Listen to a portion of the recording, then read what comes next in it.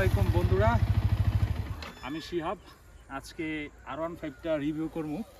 এটা হচ্ছে আপনার কত 2021 মডেল। এটার দাম প্রায় 6 লাখ টাকা। তো এটা আমার এক বড় ভাই কিনছে, তো এটার রিভিউটা আজকে করব। এটা হচ্ছে আপনার এমন একটা বাইক যেটা সব বয়সের বা সবার এই বাইকটা খুব পছন্দের একটা বাইক। কারণ হচ্ছে এটা একটা স্টাইলিশ লুক দেয়, স্পোর্টি লুক, আর হচ্ছে এটাতে প্রচুর পরিমাণে গতি দেওয়া আছে। যদিও যত পরিমাণে গতি তত ক্ষতি, কিন্তু অনেক সময় দরকার হয় যখন হাইওয়েতে আপনি চালাবেন। তো হাইওয়েতে চালাতে গেলে দেখা গেছে আপনার একটা জিনিস ওভারটেক করতে হলে তখন রেডি পিক আপের প্রয়োজন হয়। তো এই গাড়িটা রাইডারকে প্রচুর পরিমাণে রেডি পিক আপ প্রোভাইড করে। যদিও এটা কন্ট্রোলের বিষয়, আপনি যদি কন্ট্রোল না করতে পারেন তাহলে সেই ক্ষেত্রে আপনার জন্য ঝুঁকিপূর্ণ। তো কন্ট্রোল করতে পারলে জিনিসটা খুব ইজি। আর কালারটা খুব জোস, ম্যাট ব্ল্যাক টাইপের কালার। গাড়িটা হচ্ছে কন্ট্রোলিংটা খুব ভালো, যেহেতু ইয়ামাহা, যদিও তার ব্র্যান্ড ভ্যালুটা খুব বেশি, কিন্তু এটার কন্ট্রোলিংটা খুব ভালো। আপনার হচ্ছে কি বলে এটাকে, ডাবল ডিস্ক ABS বাইকটা, ব্রেকিংটার জন্য খুব ভালো। আর চাক্কার গ্রিপিং দেখেন, চাক্কাটা কত মোটা বন্ধুরা। তো এটার গ্রিপিংটা খুব ভালো হইব, সেই জন্য আপনার যে কোনো অবস্থায় বৃষ্টি টিষ্টি এগুলোর মধ্যে।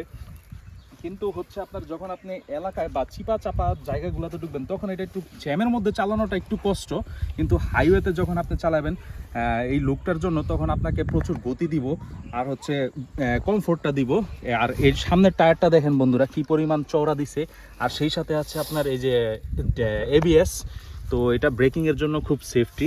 যদিও ইয়ামাহা গাড়ি সেটা কন্ট্রোল এবং কমফোর্ট দুইটাই বেশি, কিন্তু যখন আপনি মনে করেন পুরান ঢাকার মধ্যে এই গাড়িটা চালাবেন তখন হচ্ছে একটু বোরিং ফিল হইব। কারণ এই গাড়িটা জ্যামের জন্য না, এটা হচ্ছে আপনি যখন স্পোর্টসি আর কি ফিল নিতে যাবেন তখন হচ্ছে এই গাড়িটা।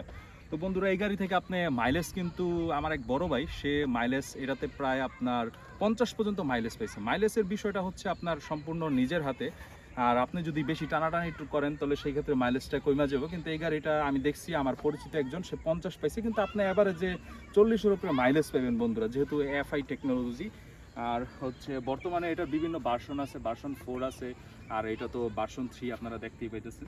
আর এই গাড়িটা যে বললাম শুরুতে, এটা একটা সবার শখ, সবার পছন্দের একটা লুক দেয়, সবাইকে একটা সুন্দর একটা লুক দেয়। আর সবার অনেক ক্ষমতা থাকার কারণে গাড়িটা আসলে আর কি সবার জন্য প্রিয়। কিন্তু এই গাড়িটা একটা অসুবিধা আছে, সেটা ওই যে বললাম, একটা পিছনে পিলিয়নের অসুবিধা বন্ধুরা। পিলিয়ন যে বসবো তার হইতেছে তারে জড়ায়া ধইরা বসতে হইব, নয়তো খুব কমফোর্টলি বসতে পারবো না পিলিয়ন। কিন্তু রাইডারের জন্য হচ্ছে এটা খুব বেস্ট একটা কমফোর্টেবল সিট। আর হচ্ছে আপনার শুয়ে চালাতে সেজন্য বাতাসটাও এই জায়গায় বাধা পায় না, সেজন্য খুব গতি তোলা যায়। আর হচ্ছে কন্ট্রোলিংয়ের জন্য অনেক সময় অনেক পরিস্থিতিতে নিজেকে কন্ট্রোল করা যায় বন্ধুরা। এই হচ্ছে R15 সম্পর্কে আমার অভিজ্ঞতা বন্ধুরা। তো পরবর্তীতে আবার হাজির হবো। ধন্যবাদ বন্ধুরা, ভালো থাকবেন।